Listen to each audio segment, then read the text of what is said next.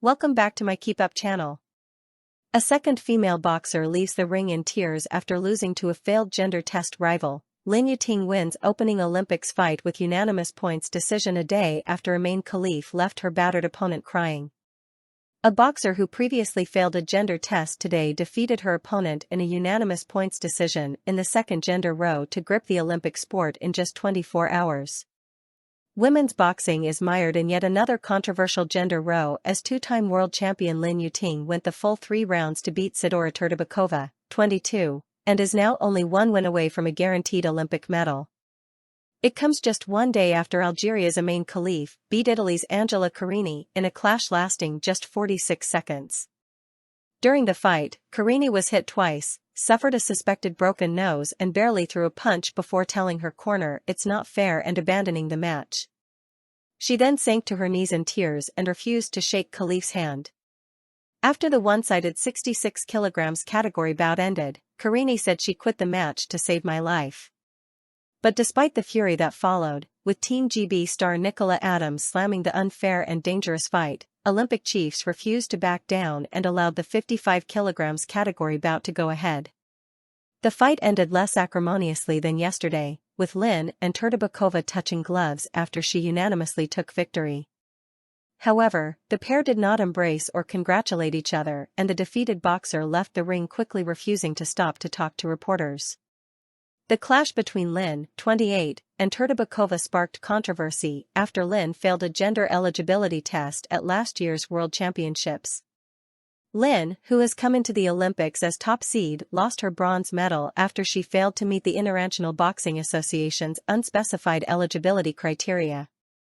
Algeria's Imane Khelif, 25, who yesterday won against Italy's Angela Carini in a bout lasting just 46 seconds, was also disqualified hours before her gold medal match at the same competition.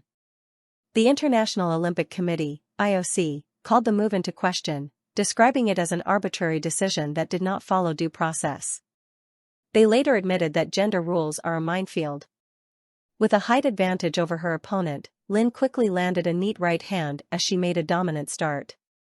Bouncing around the ring above Turbakova, she made a series of explosive punches against the Uzbekistan sportswoman as she found her range and used her superior reach to rain punches from further away. She dominated the first round, fighting hard as her opponent only scored 1 point. Darting around the ring as she brutally pursued her opponent, Lin struggled to make a conclusive punch but repeatedly showcased her strength as she landed thudding blows. In the second round, she already had an unassailable lead as she got all 5 scorecards in her favor. Turbakova put up a brave fight, landing shots and showing her effort as she tried to get inside the fighter's reach. But Lin was always in control, winning the bout with a unanimous decision in 3 rounds.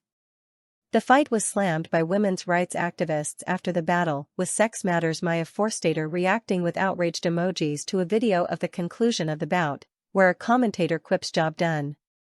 Former elite marathon runner and 2-time Olympian Mara Yamauchi further slated the fight as unfair, unsafe and wrong. She said, "Another female boxer loses to a male at Paris 2024. This is unfair, unsafe and wrong. When males don't win by miles in the female category, it shows they aren't very good, not that they don't have male advantage. Shame on the IOC for allowing this." Lin was registered female at birth, New Taipei City Councillor Cho Kwan-ting said in a Facebook post on Wednesday, explaining how her national identification number begins with a 2, the designation for females, while males are assigned a 1. The number cannot be altered, according to Hsinchu city government. All eyes are on the bout following yesterday's dramatic fight that saw Carini quit in less than a minute with Khelif landing just 1 punch. Abandoning the fight, Italian threw her helmet on the floor, collapsed to her knees in tears and told her coach, "It's not right, it's not right." Lin had won a bronze medal in the women's featherweight competition at the World Championships before she was stripped of the prize last year. She had won 3 fights before losing in the semifinals to Kazakhstan's Karina Ibragimova.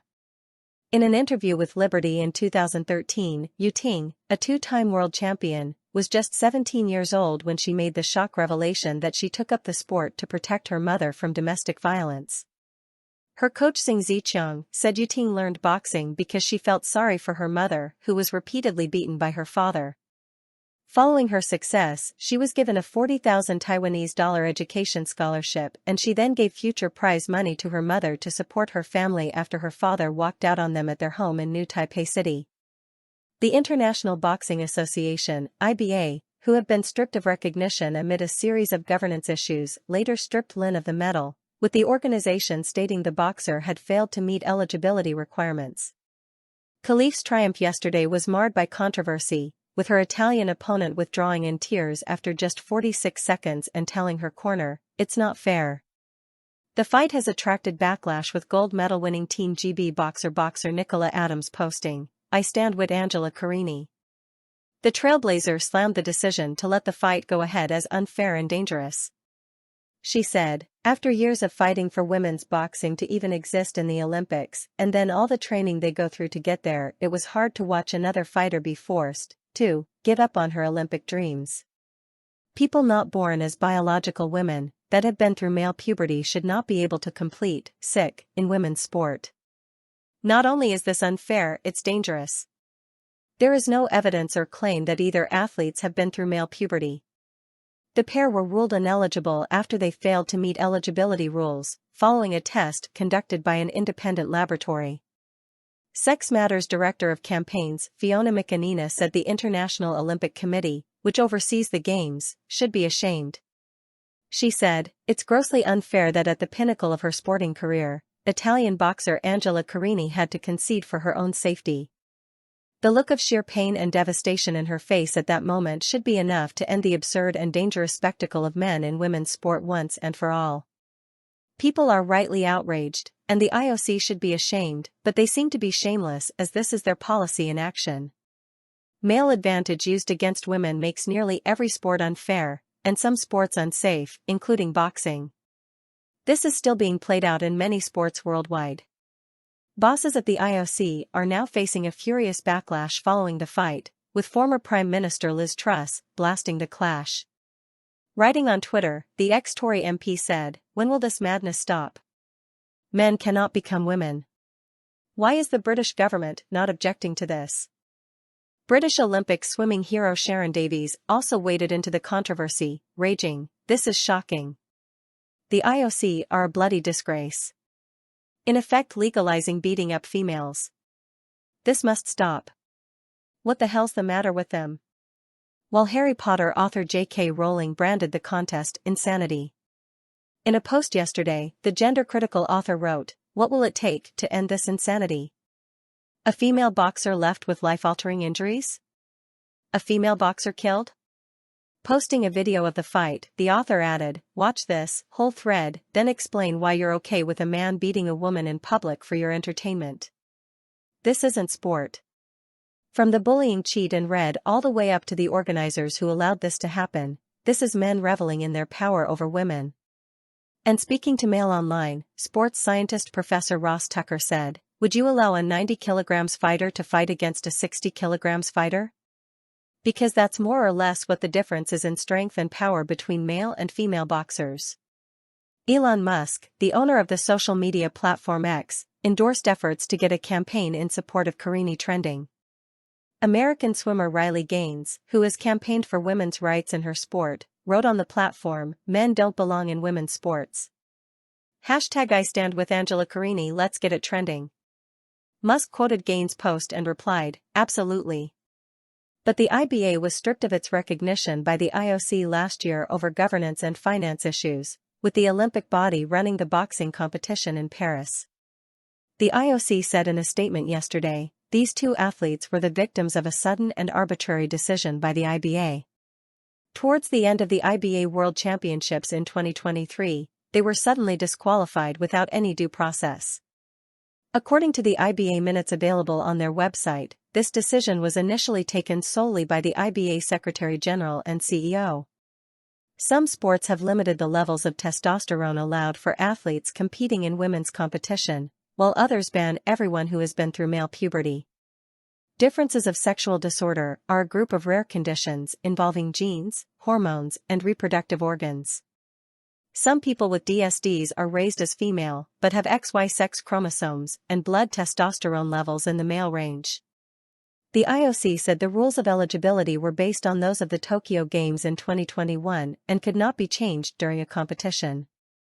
The governing body added, the IOC is saddened by the abuse that the two athletes are currently receiving. Every person has the right to practice sport without discrimination.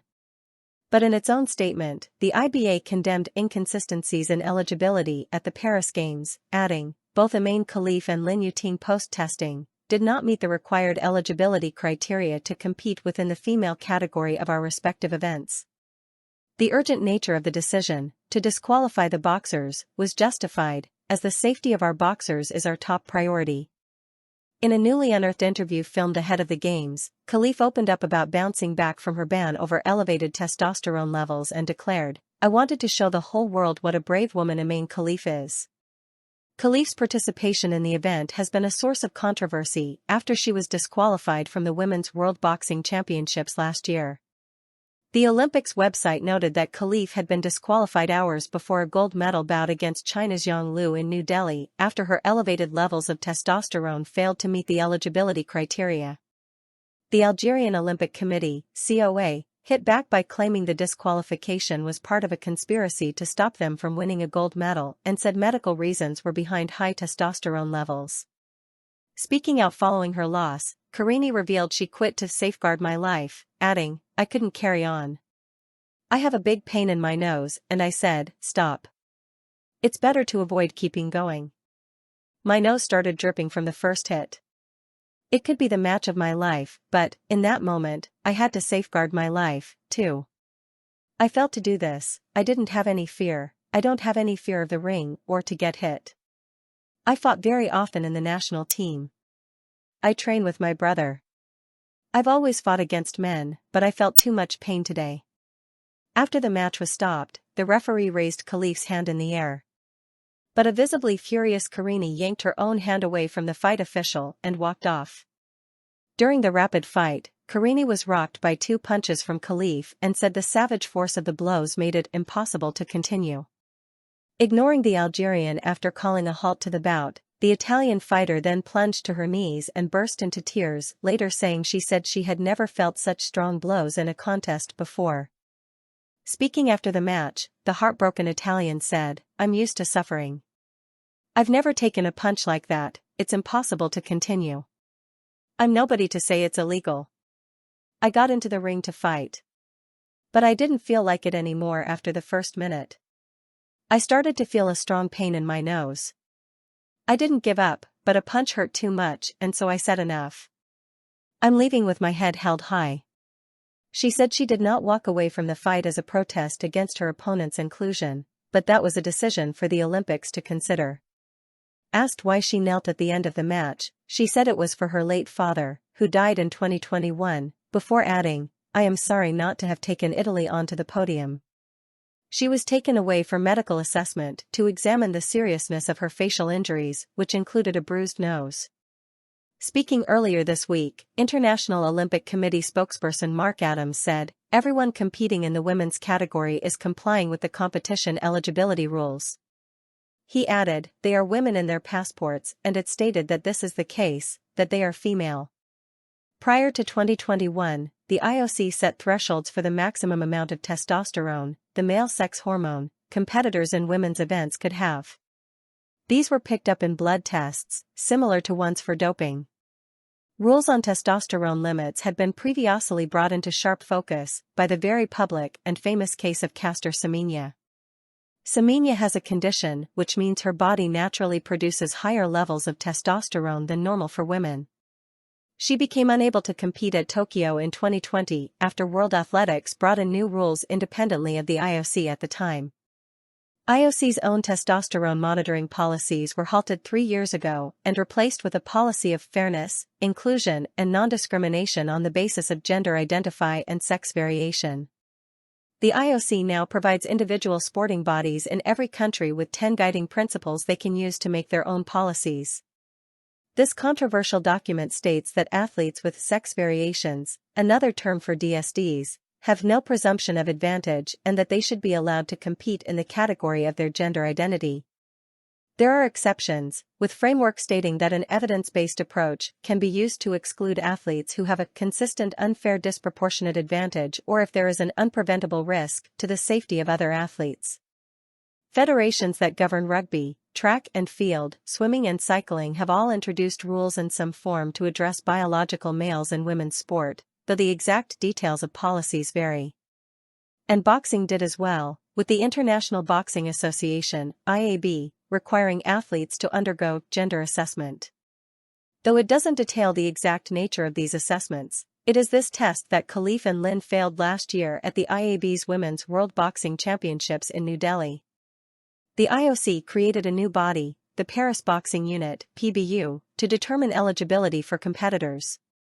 Documents from the PBU make no mention of gender or sex testing for male or female events, though they do set limits for the age of competitors, a passport being an acceptable ID for athletes and requiring boxers in the women's category to declare if they are pregnant. Defending its decision to approve Khelif and Lin as women, the IOC's Mr. Adams added, "These athletes have competed many times before for many years. They haven't just suddenly arrived." But sports scientist Professor Tucker said the absence of clear policy by the IOC in this area had allowed this situation to occur. Last year, Khelif and Lin did not meet eligibility requirements, and the only reason they do now is the body that did rule them ineligible has been moved aside, he said. It's due to a vacuum of policy, there's no policy now. Source, dailymail.co.uk. Please like, share, and subscribe. Thank you for watching.